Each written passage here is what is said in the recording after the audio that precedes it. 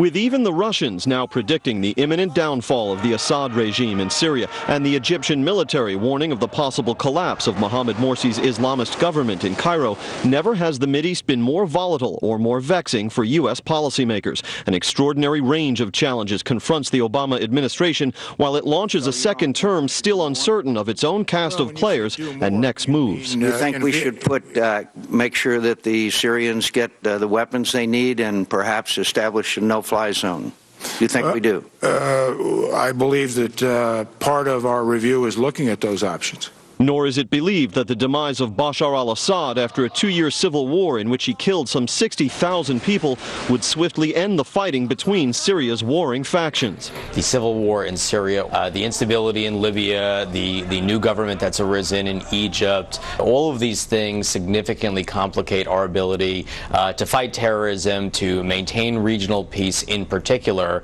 Oil security has not been affected yet, but that's got to be something that's on the radar, and certainly instability in the region affects oil prices generally. 2013 is also widely presumed to be the year when the long-simmering issue of Iran and its renegade nuclear program will come to a full boil, most likely in the form of an Israeli military strike against Iran's nuclear installations. From the Obama administration, analysts await some signal of a new approach to Tehran, one that moves beyond the now familiar mix of sanctions and engagement, which led Washington 4 years ago to turn a deaf ear to the popular uprising that the Ayatollahs crushed with bloody force. The Obama administration had a bet that is basically to partner with the Muslim Brotherhood in North Africa, and another bet that is to re-engage the Iranian regime. Now, this is collapsing because in North Africa, we see now that civil societies are rising against the partners of the Obama administration.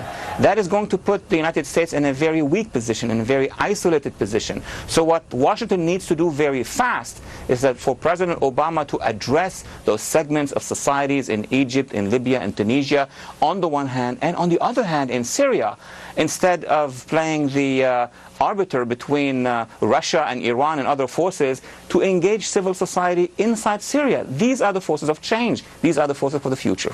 In his confirmation hearing last week, America's new top diplomat sketched out a different roadmap. The president understands the stakes and the implications in the Middle East.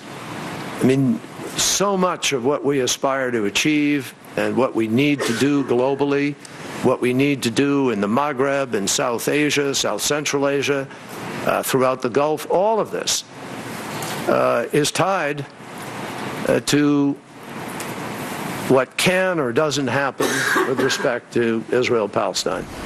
Solving the Mideast, of course, is a goal that has eluded all modern presidents. That Secretary Kerry sees the path to that Holy Land running through the actual Holy Land suggests a possible return to an older model of U.S. statesmanship in the region, Brett, one that predates the Arab Spring.